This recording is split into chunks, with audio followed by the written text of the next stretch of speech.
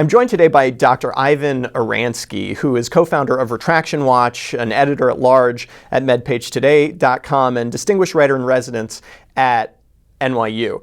Dr. Oransky, thanks so much for coming today. Thanks for having me. So Retraction Watch is a website that follows scientific literature that has been withdrawn, changed due to errors. Give us an example. What's one that sticks in your mind as a sort of a classic Retraction Watch piece? Well, they do run the gamut.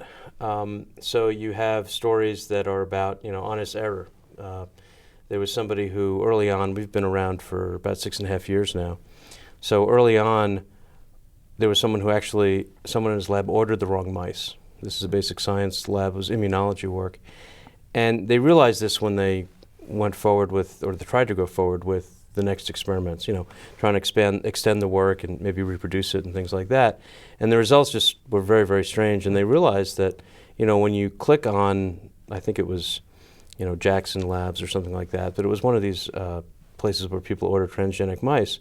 When you click on it, it's very easy to have, C6B7 minus, and there's a plus, but you don't really see it. And so, honest error, they felt pretty terrible about it for many, reasons, which you can understand. So that's a kind of example of an honest error. And we like to not so much promote honest error, but promote it when people do the right thing. That actually is a category on the site. So there's those sorts of cases. That's about 20%.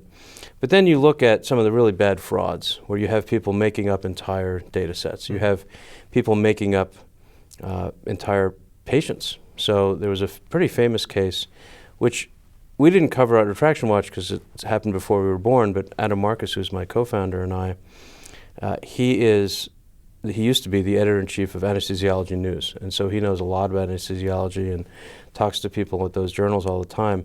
And there was someone named Scott Rubin, who it turned out he was working on Celebrex. So this was, this is going back a bit now, but it turned out, had made up out of whole cloth all of the patients in his studies.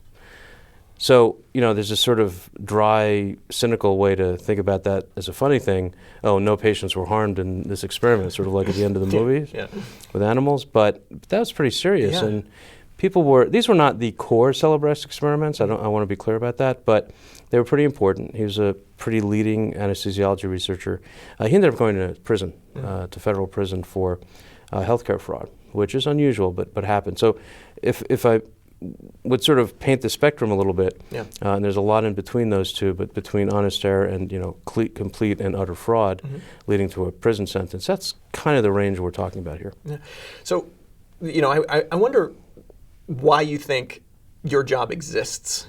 In other words, why is this happening? What are the incentives that are pushing people to make, in the fraudulent cases, errors, honest errors happen. The fraudulent cases, why? Is it money? What is it? There is some evidence now that, in fact, misconduct is on the rise. So for a long time, we sort of didn't have any evidence of that.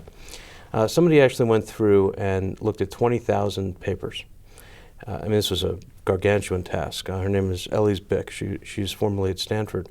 She went through 20,000 papers and found inappropriate image manipulation, image duplication actually, in something like 4% of them. And that had gone up. And so what you're looking at here is pressure to publish. Yep. So we all know that the only way to get ahead in academia is to publish. It's the old publish or perish. And so people, they do what they have to do in order to publish, particularly in the high impact factor journals, in the highly ranked journals. If you look at those journals, they actually have a higher rate of retraction than others. Now, that can be interpreted a lot of different ways, and I still think that a lot of that is because there are just more eyeballs on it. Let's face it, more people are reading New England Journal of Medicine than, the Wilson Journal of Immunology or nephrology. All respect to the Wilson Journal. But yet to publish, but well, that's any data. Then you can't have retracted anything that's either. Right. So you're good. 0%. Exactly. So, and again, there's probably a screening effect there in terms of more people looking at them.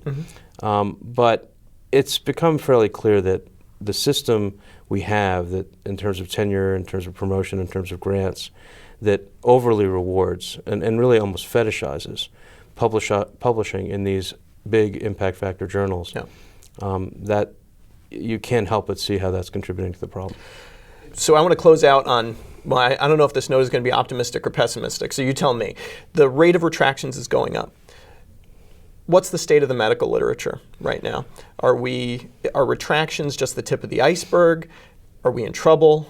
Is most of the literature out there good? How should we look at it en masse? So I think that I always say that retractions are about the only thing you can really tell from retractions is anything you want to know about retractions. So what the rate of retractions tells you is what the rate of retractions is.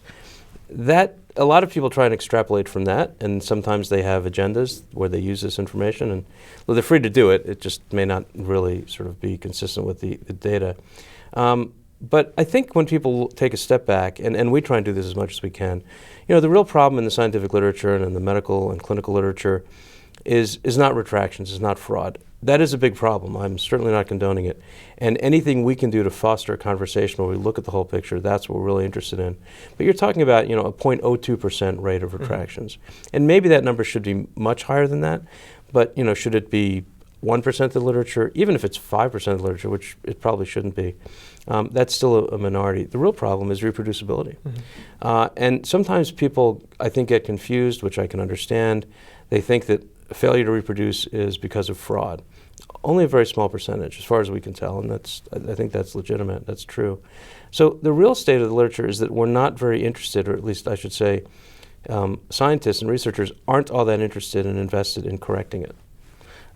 Science is wonderful when it works well. It is the best way to learn anything and gain knowledge. I'm a huge proponent of that, of the scientific method.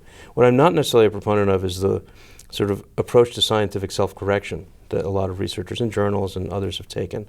And until we get our heads around that, so I think some of the most progressive ideas and some of the most interesting and forward-thinking in terms of being optimistic in terms of in this system are systems that look at post-publication peer review.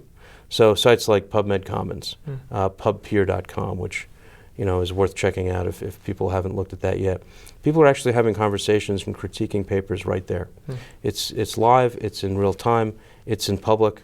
It's not, Journal Club's great, and everybody, rips up a paper, but then, you finish your coffee, your donuts, and you sort of leave the room, and that's it. Yep. Well, this is an online journal club, basically, for all the world's literature. And I actually hope that more clinical researchers will pick up and start posting on PubPeer and PubMed Commons. Most of what's there now is actually basic science, and that's great, and I want them to continue and grow too. But clinical research, when I talk about PubPeer with clinical researchers, most have never heard of it, and that's fine. So if I can proselytize a little bit, great. We don't get any funding from them or anything else, but we think they're really important. So that, to us, is one of the ways forward. Dr. Oransky, thanks so much. Thank you very much, Barry.